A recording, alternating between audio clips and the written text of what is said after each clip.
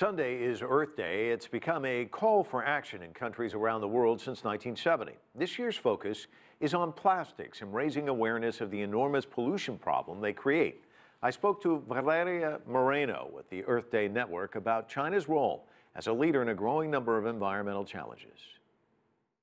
China has realized that the next level of development for the country cannot be achieved unless they tackle their environmental issues head on, right? And what is interesting is that there is the political will to do it. So they see themselves, my interpretation, they see themselves not only as one of the players, but one of the leaders. And especially in climate, they are seeing themselves as leaders. They want to reduce carbon. They are taking very bold decisions. So for example, a couple of years ago, when they decided to stop the plans for those 100 coal-fired plants that they decided to not to pursue. I think China is figuring out that in order to sustain a happy society, they need people that are surrounded by a good quality of life. There's a new report out recently that says that China has become a world leader in renewable energy investment. Country pouring billions of dollars into green energy projects around the world. Has it become a leader in that way? Well, my understanding is that they're producing more solar panels than almost any other country in the world. In fact, combining many countries in the world.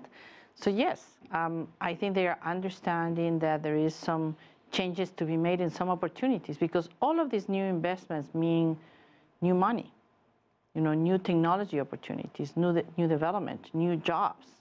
And they have to create an economy that absorbs all the new educated people that they have. And for that, they have to embrace the new technologies that are coming. Instead of looking to the past, they have to look to the future. One of the things China has been, though, for much of the world has been that trash receptacle in a way, and now they're banning imported waste. Is that going to be a wake-up call for other countries for them to kind of face the music and figure things out?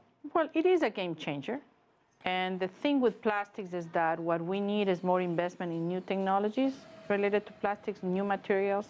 We need more plastics that are recyclable, they are compostable, they are biodegradable, that they can be reused again. We need this circular economy concept, the whole life cycle of an item, from the time that it goes out of the factory to the time that you are going to dispose of it, what's going to happen to it.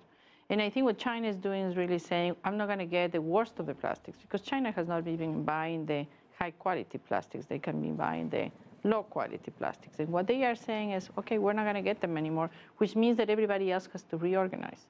So I think this shake-up in the plastic industry in the recyclable plastic industry is quite good, in my opinion. And it will create havoc for some months, maybe years, but we are going to find new ways of doing things, and probably they are going to be better, because we cannot continue disposing of these enormous amounts, trillions and trillions of pieces every year. We cannot even manage it as is today, and it's being said, there's going to be triple or quadruple in the next 20 years. Can you imagine? We cannot even manage what we have today. It's everywhere. What are we going to do? It's a good question. So I think this is a good idea that somebody is